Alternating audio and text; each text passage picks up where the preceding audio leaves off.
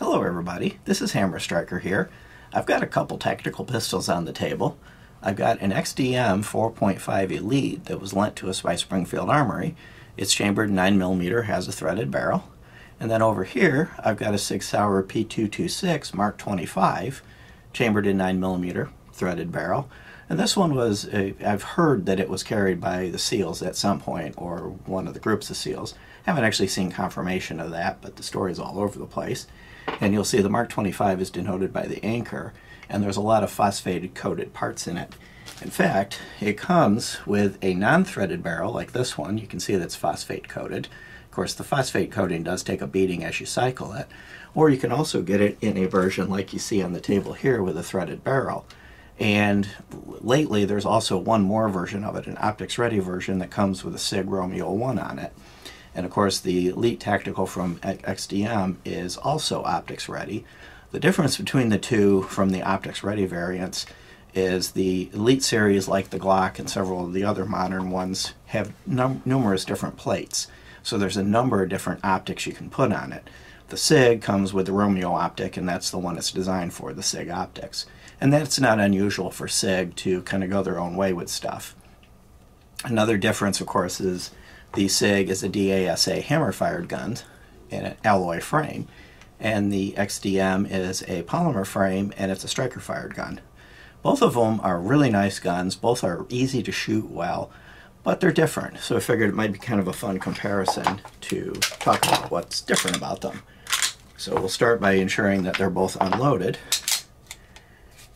And that one I forgot to pop the magazine. It's so dark that I didn't even see it in there. And let me show you that too. The magazine on the SIG fits very flush. There's a little lip that sticks out, but the base plate's black, the frame is black, and it just kind of blends right in. You get a 3-finger grip. Now if you happen to have really, really large hands, you might find one of your fingers is kind of up against that little lip protruding from the magazine. But other than that, they're easy to cycle. You can see how easy this one is to cycle. The XD-m cycles equally easy. Now one thing with the XD-m, you do need to depress this grip safety. The Elite series of the XD-m has a little bulge like you've probably seen on some 1911s to ensure that you get it. It doesn't bite into my hand or bother me in any way, but I'll also say that I've never had an XD-m not fire because the grip safety wasn't depressed if I had even close to a proper grip on it. Don't let the grip safety deter you. Both of these are drop safety. This one has an internal drop safety piston just like the XD-m. The XD-m additionally has a split trigger, which is part of preventing an inertial pull, which is again part of the drop safety mechanism. Of course, you got the grip safety, and the SIG has a decocker, which really will work if I get my hand on it correctly. Now you'll notice that there's no external safety on the SIG. So the SIG is not designed to be carried cocked and locked like in 1911. If it's cocked, it's in single action mode and it's ready to be used, or you decock it and it's in hammer down double action mode, and it is safe in this, it's safe to carry in this position because it has the internal drop safety. And one thing I'll note, using the decocker versus pulling the trigger and dropping the hammer, you'll see the hammer is just a hair out, and it's going to be, everything's dark in here, so it's going to be kind of hard to see. But the hammer is not actually resting on the firing pin. It's on a stop that's just a hair off the firing pin, which is an additional measure of safety. Now if I thumb it back, you'll see the firing pin in there. Now I'm going to do it the wrong way. I'm going to hold the hammer, and even there, or pull the trigger, even there you'll see that it's bouncing back because I have the trigger pulled. But if I take the trigger off, it's being held back away. So it is drop safe. Then if I pull the trigger, you'll see it come back. And again, with the trigger pulled, I can push it all the way forward, but with the trigger out, it's locked. So it is designed to be drop safe even if it's dropped on the hammer, due to the combination of the locking it away from the firing pin and the internal drop safety. And of course the XD-m is designed to be drop safe no matter what rude or awful thing you do to it, as long as you aren't pulling the trigger while you're doing it. Height-wise, the XD-m with the magwell is 5.875, and the SIG is a little bit shorter at 5.5. And even if you took the magwell off, the SIG is going to be shorter. Now that does result in a difference in capacity. The SIG holds 15 rounds in its magazines,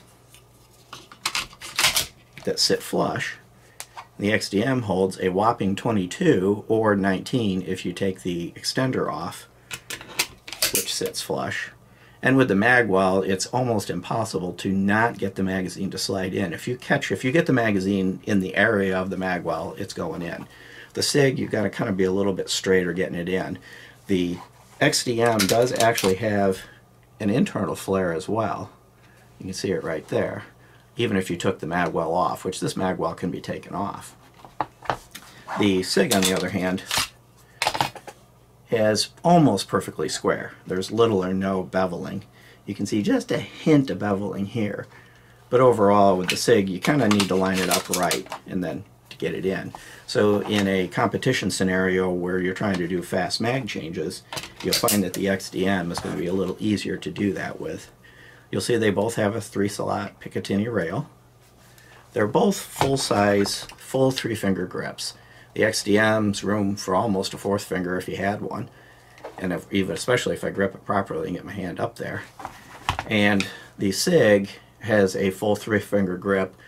If you've got large hands, again, I mentioned this magazine lip might get in your way, but other than that, it's really a very comfortable grip on both of these. The SIG, you can buy different grips for it, but it basically comes with this grip as it sits. The XD-m has replaceable back straps. It comes with 3. It comes with the medium installed, and there's a small and a large. This one's the large. And same pin that you pop out to change the back strap allows you to drop off this mag well and remove the mag well and be more like a regular XD-m base. From a thickness perspective, the SIG is kind of a portly little critter, around 1.5 inches. The XD-m is 1.2 inches. So there's a definite thickness difference between the two. The sights, the XD-m has suppressor height, blackout sights. Some of the other variations that are not the Elite series of 4.5s have 3-dot sights. Personally, I prefer 3-dot sights over blackout sights.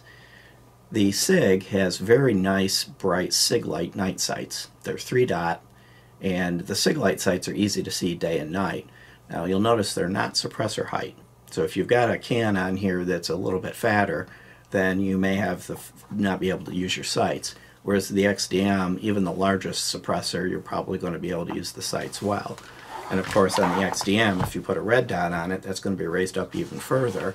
And we're going to do a video with this with a red dot. We put a Vortex Venom on this for a while, and with the red dot on it, it's very easy to see, very easy to shoot well.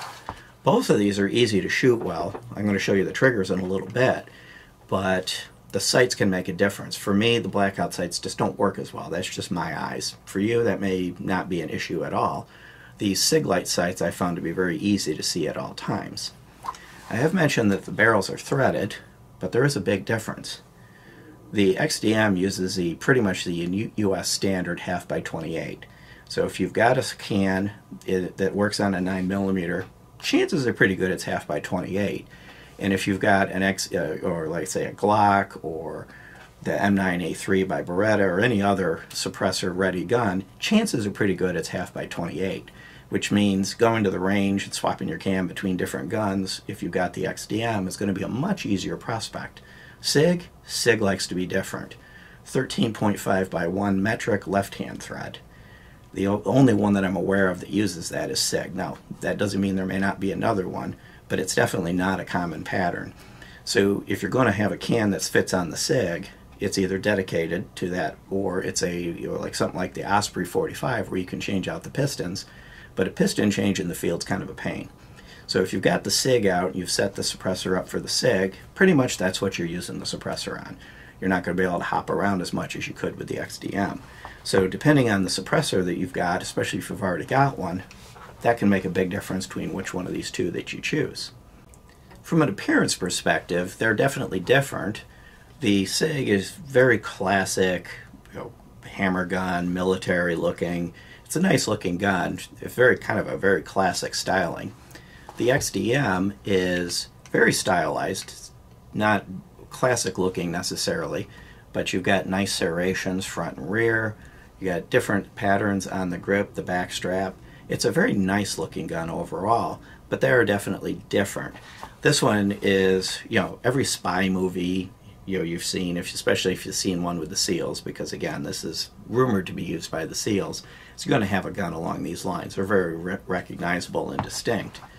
These, as they've become more popular, are also quite recognizable. You just don't see them in the movies quite as often as you do something like the 226. I'm going to show you the triggers, but the first thing I'm going to do is this XD-m is dry fire safe.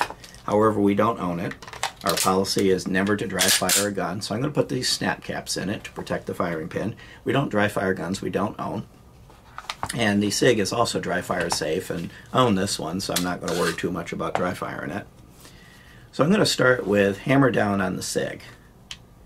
Minimal amount of take up, kind of a long, heavy trigger, breaks at the end, and it's not really as long as it feels. So I'm going to go back out again. As I'm going back, I'm pulling, and it's kind of heavy-ish, and then it breaks right at the back, and it breaks all of a sudden. There's very little stacking at the end. I don't know that it's necessarily getting ready to break, it just does, which is kind of nice from a lack of stacking, but at the same time, if you're trying to stage the trigger, it's a little more difficult to do. I'm going to go ahead and put it in single action mode. Now there's a little bit more take up. You're right on the wall, and then a very light, short, crisp break. And I'm going to cycle it. Very, very short reset. And you're right on the wall at the end of the reset. And then that quick break again. So in single action mode, the trigger on this thing is quite nice. Nice short break, nice light crisp break, easy to get good follow-up shots with it. In double action mode, it's on the heavier side, but it's not ridiculous. You can pull this back in double action mode without twisting the gun side to side. Of course, with the DASA, your trigger is different depending on what you've done. And if I had cocked it, I could always go back to double action mode with the decocker. And now I'm back in double action mode. The XD-m, like any striker gun, is going to be very consistent. One thing you'll notice, I'll show you, is the triggers are different. The 226 has your typical curved trigger, no hinge or split trigger mechanism. The XD-m has a flat trigger with a little bit of a hook at the bottom, and it has the split trigger, which is part of the inertial drop safety. A little bit of take up, actually less take up than the SIG in either mode. And then a nice short, right in the 5-pound territory break, and you see it's got an integrated over travel stop, so it stops right there. Now I'm going to do the reset. Is really nice. Right there's the resets. It's a pretty short reset, and I'm right on the wall. There's no extra bounce or take up to get back on the wall. And then a nice crisp break. And of course, being a striker fired gun, the trigger's the same every time. There is no double strike capability in most striker guns. There are a few that have, but most don't. Whereas of course with the DASAs, if I pull the trigger and I'm in single action mode and I pull the trigger and nothing happens, just let it all the way out and give it another whack. So it is definitely a different operating mode. I found both of these triggers, once you get used to the way that particular trigger works, are easy to use. They're very nice light triggers. They're consistent triggers within the mode. So for example, in the DA mode, this 226 trigger is very consistent from pull to pull in DA mode.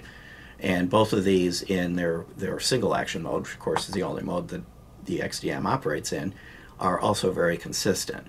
And consistency can make a big difference in a trigger. Having a nice trigger that's nicer sometimes than other times can actually make it more difficult to use because you don't know exactly what it's going to do when. Both of these triggers are easily predictable. So let's talk about price. That's definitely going to be one of the determining factors. The XD-m has an MSRP of $709. Street price is around $625. As they become more popular, that'll go down a little bit. And the SIG, well, it's a SIG. I mean, SIG's proud of everything they do. The MSRP on this starts at $1,200, goes up to $1,400, depending on which version of it you're going to get. As you see right here, would be in the $1,200 territory MSRP with the threaded barrel. Now, you can get them street price just a little bit under that, starting around $1,000 for the one without any of the features, without the threaded barrel or anything, going up to about $1,100 for the way you see it here, and then capping out around $1,200 for the optics ready with the Romeo 1 on it. So your SIG is going to be noticeably more expensive, possibly a couple thousand rounds ammo more expensive than the XD-m. Which would you pick? Well, that kind of depends. I like the XD-m. I like the design. I like Glocks. I like striker-fired guns. This gun just kind of fits me well. I might pick the XD-m. Hammer likes the classics. So Hammer, which kind of fits with his name, would pick the Hammer gun, would most likely pick the SIG.